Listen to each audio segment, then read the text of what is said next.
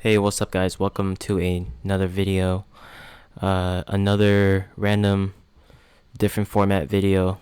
Of course, I would do that, but I wanted to record this video to kind of showcase this one particular video that I came across that really struck me because when I first read the title and when I was kind of getting the idea through the thumbnail, like I was like, yo, this might be something that's humorous and I'll get a good kick out of it. But I actually watched the video and I am kind of shook and realized that it really related a lot to how I think of myself, and it revolves around identity. And and for the most part, I think a lot of Asian Americans can relate. But growing up Asian, I always had a hard time with like explaining things, because obviously a lot of cultures are different. But when I try to explain my culture, like the food that I'm eating and this and that, like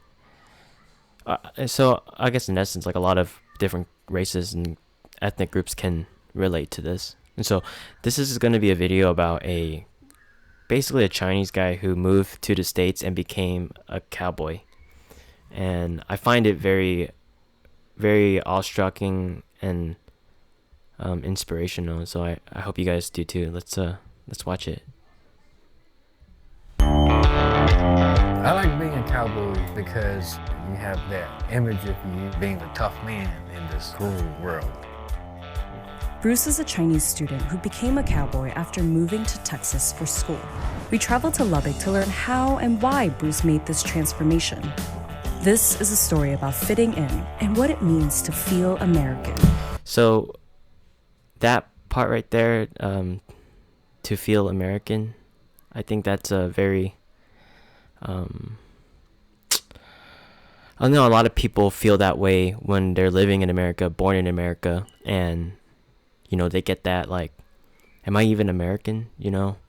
And so I thought it was very interesting that they pointed that out, or they expressed that about him, because he's a guy from China. Like, he's not born here. He's going to school there, but like even person that's going to school from a different country, they have their own identity problems. And so I think that's very intriguing, and I don't know, let's just keep watching.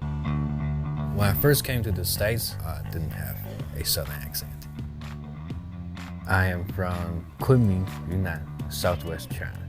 I learned So my he was southern born accent in a mostly southwest, by watching, South China, Dark and Dynasty moving to a southern part of and the US. That kind of Jeff makes sense. Foxworthy's videos. If your richest relative buys a new house and you have to help take the wheels off of it, you might be a redneck. And that inspired Bruce to start his own YouTube channel to teach others to speak just like him.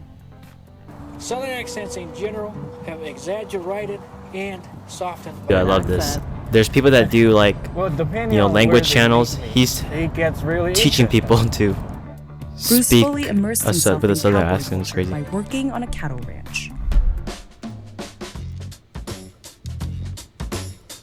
This is James. And he's my cowboy mentor.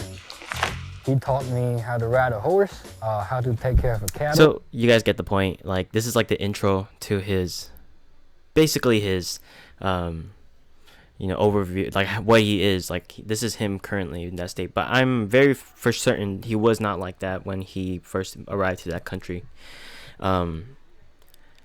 Just like to go off on an experience that I went through myself. I moved to a different city, even though it's still in the same state, but different city, south part of a city, basically the southern part of California.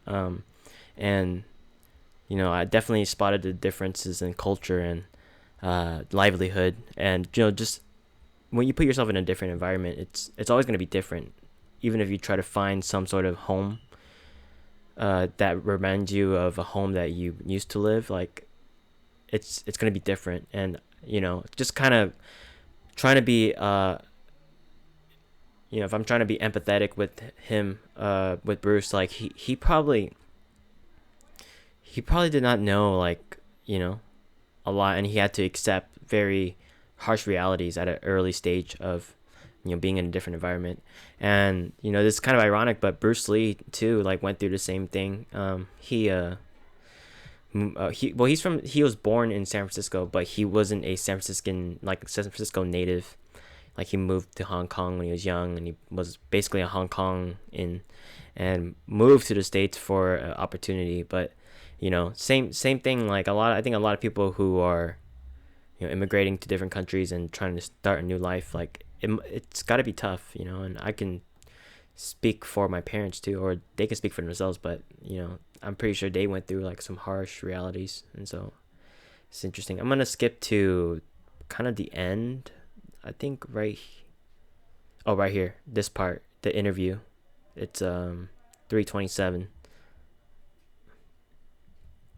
Usual.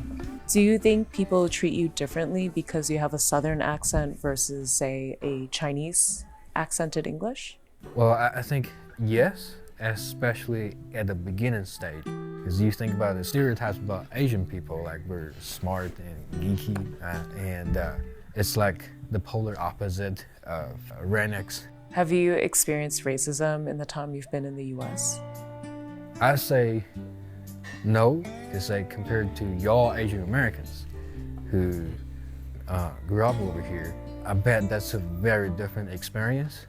But growing up in China, racism is one of the least things that I would encounter. 你觉得我们说中文的时候，你是不是另外的人？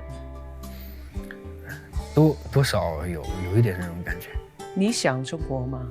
想啊。Yeah, of course. People In what ways? definitely would miss their homes, especially being away for too long.